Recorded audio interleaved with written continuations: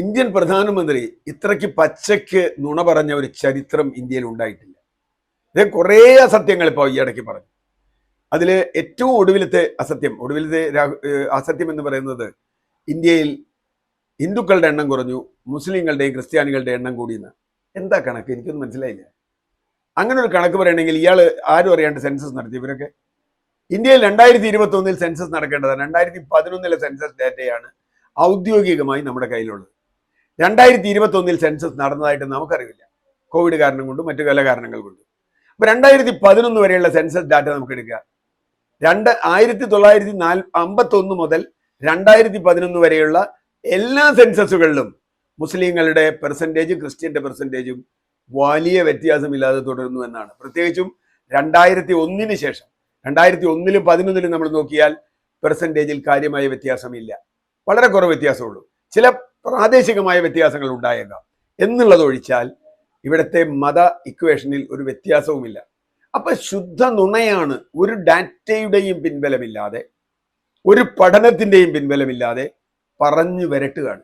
ഇത് തന്നെയാണ് മൻമോഹൻ സിംഗിനെ കുറിച്ചും പറഞ്ഞത്.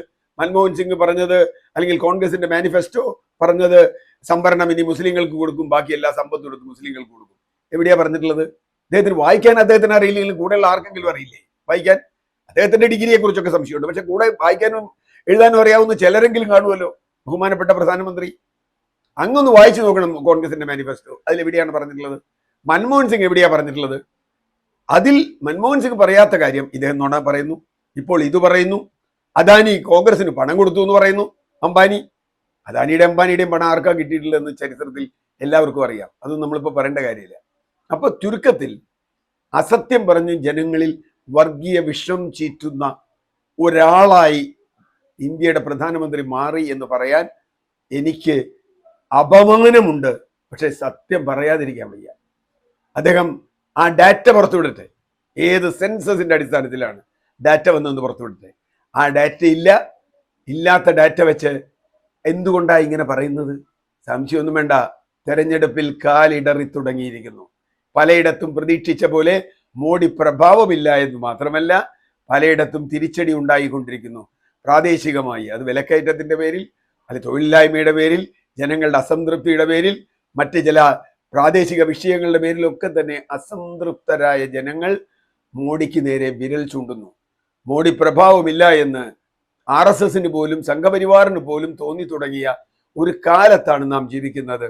അപ്പൊ ഇത് മറികടക്കാൻ 400-ൽ തുടങ്ങിയ മോഡി ഇപ്പോൾ 270 എങ്ങനെയെങ്കിലും എത്തിക്കാൻ പറ്റുമോ നോക്കാനുള്ള അന്തിമ ശ്രമമാണ്. ഇത് വിജയിക്കില്ല ഇന്ത്യൻ ജനതയുടെ മുമ്പിൽ. കാരണം അങ്ങനെയൊന്നും പറഞ്ഞാൽ ഇന്ത്യൻ ജനതയ്ക്ക് പെട്ടെന്ന് ഇയാൾ ഇല്ലാത്തൊരു ഡാറ്റ കൊണ്ടുവന്നു നാട്ടുകാരോട് പറഞ്ഞാൽ അങ്ങനെ വിശ്വസിക്കുന്നവരുടെ. കാരണം അവരുടെ ജീവിതത്തിൽ അവരുടെ നിത്യ അനുഭവങ്ങൾ ഇതിനേക്കാളൊക്കെ വലുതാണ്. ഇന്ത്യയിൽ മുസ്ലിങ്ങളുടെ എണ്ണം കൂടുന്നേക്കാൾ പ്രധാനമാണ് എൻ്റെ ഭക്ഷണം കിട്ടാതിരിക്കുന്നത്, വിശപ്പുണ്ടാകുന്നത്, തൊഴിലില്ലാതാകുന്നത്, അല്ലെങ്കിൽ ഈ ലോകത്തിലെ ഏറ്റവും പട്ടിണിക്കാരുള്ള രാജ്യമായി ഇന്ത്യ മാറുന്നത് എന്ന് അറിയുന്നവരാണ് സാധാരണ മനുഷ്യർ.